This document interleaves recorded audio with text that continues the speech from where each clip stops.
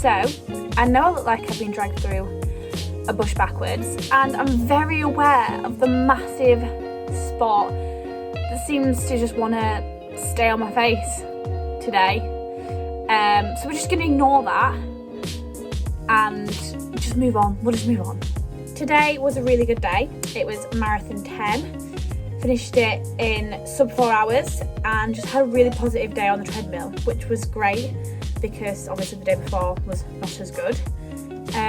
Yeah, just had a really positive day. It was good. If every day could be like that, that would be the dream. I asked today on Instagram if any of you guys had any questions about the challenge to ask me, because I'm very well aware that there might be things that you guys want to know that I haven't covered yet. So I asked on Instagram and I got a few questions in. Before I just answer a few, I do just want to say like a massive thank you to everyone that's been sending me lovely messages. I'm just blown away by how lovely people are. Like, people I don't even know are sending me such lovely messages, and it's just so nice to see, and it really does just keep me going. Is it more challenging than you thought it would be? / is it what you expected? Well, parts are what I expected and some parts are not what I expected. Things like the injury to my ankle and the injury to my knee, obviously I didn't expect to happen. The blisters I thought would happen, but not as bad as they have been. I expected the boredom. Is it as hard as I expected? I'm only on day 10. So right now my body feels fine, and apart from the boredom, it's not been as hard as I thought it was going to be. Dare me to say that. So far, I think I'm coping pretty alright. That's not to say though that by day 15 or by day 20, I take those words back and I'm a mess. So far, it's not as hard as I expected. I think my body's coping really well, and I think I'm personally coping both mentally and physically very well with the demands of the challenge. But yeah, that could all change. Definitely on. Do you have toilet breaks when you run, or do you just do it in your pants? YOLO. I'm very lucky that so far toilet breaks haven't been an issue. You've got to remember, like, I'm sweating out so much, so I'm having to take on fluids. So I'm not actually needing the toilet, really. So yeah, it hasn't been a problem so far. But if I do get to the point where I really, really do need to go to the toilet, I am not gonna wee myself, because that's just a mess and an extra situation that I just do not need. So if that does happen, the treadmill will be stopped. My distance and my time will be taken, like, I'm taking photos of everything and I'm taking footage of everything, so that'll all be recorded, and I will allow myself to go to the bathroom. Like, I'm not going to wee myself, basically. But yeah, that's not been a problem so far. Do you have an ice bath every day? I think I might start having them after my runs. Yes, at the minute I'm having an ice bath every day, so I literally get off the treadmill and I get straight in the ice bath. You said that you might start having them after your runs. I would say not to. So during my training, I never once had an ice bath. I saved them all for my challenge. I'd be very careful about when you take your ice baths. So it's good to do after a long run. To say you do a really long run and then you jump in, that's great. That's going to help your recovery. But when you do them like so regularly, so say every time you have a run, you get an ice bath, and you're running like 3 to 4 times a week, they're going to stop having an impact. They're going to stop being effective. So yeah, I personally am having them every day of this challenge, but every time I go for a run, I don't have an ice bath. Said, how were the toes? Yeah, the toes are better actually. They're better. The blisters that were on both my big toes have gone down massively. They've started to go a bit bloody and bruised, which is good because it means they're healing. And they've stopped filling up. When I get, before I put my trainers on, I put like padded plasters on them to protect them, and then I put talcum powder, which is probably what you've seen on my feet before, inside my socks and inside my trainers to try dry up, like soak up some of the sweat.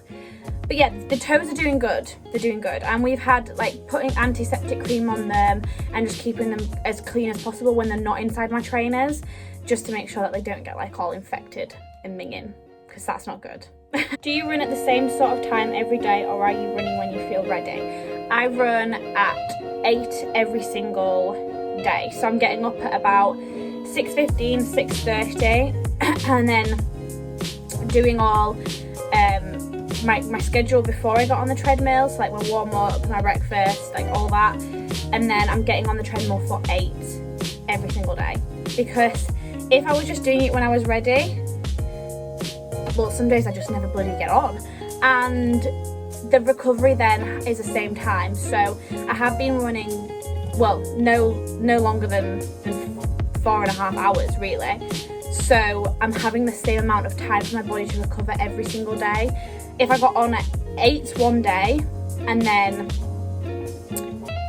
11 the next day, my recovery wouldn't be the same. So my body's got to have a similar sort of pattern to follow to be able to recover and to be able to adapt. What kind of warm-up do you suggest before running? So for me personally, throughout the challenge I've been foam rolling in the morning and at night. But usually for my runs, and this includes every single run, I will perform static stretches, and then I'll also do some dynamic stretches. Everyone forgets about doing dynamic stretches. They literally just stretch static, but it's really good to include dynamic stretches. Not only does it get you warm, increase your heart rate, but it allows the body to emulate the motion of running. So things like hip swings and lunges and all that kind of thing, that sort of emulates running, which helps. I will be doing like a little like what I do for my warm-up and probably what I do for my cool down as well at some point to be able to show you. What has been your biggest struggle so far? Probably when my ankle started hurting, and then the second day when my knee started hurting. That's been my biggest struggle so far. If it hadn't been for those, I think I would have been okay. I think that then took a toll mentally, because I felt ready to push and I couldn't because my ankle was hurting and my knee was hurting. So yeah, and they haven't been that major, to be honest. Like, I've still got really good times, I've still been consistent. They've just affected me more mentally. So I'd say they was my biggest struggles so far. Last one, what do you eat and drink during the challenge? So usually I'll have you'll have seen my orange like juice that I have. That's EAA's in a fruit punch flavour. So I have that during my workout. I also have, some days I'll have an energy drink if I need it, or I'll take pre-workout during. Now, I know that is a little bit weird, but I really find like it gets to me straight away and it gives me that little bit of boost, which sometimes I need. But I don't have that every day. I'll have my hydration tabs, I'll have my energy gels, I have sweets to hand, I have bananas, apples, things like that, flapjacks, energy bars, that sort of thing, like during. Then I'll obviously always have some water at the side. What else do I have? I think that's it. So yeah, those are the sort of things that I have like during. I try to be pretty consistent with my eating. I try eat on the hour, every hour, and then just making sure that my hydration levels are topped up as well, because it is very easy for me to forget to eat and drink. I usually like get into a bit of a rhythm, and before you know it, 2 hours have passed and I've forgotten to eat and I've forgotten to drink. So I'm very consistent at the minute with being like, right, another hour's gone, have something to eat, and then constantly drinking throughout. Thank you to those of you who asked a question. I hope I answered everything and you were sort of able to understand. Thanks for watching again. So tomorrow is marathon 11.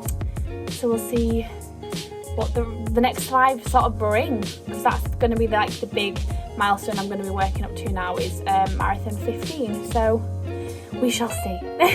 Thank you for watching again, and I will see you all soon.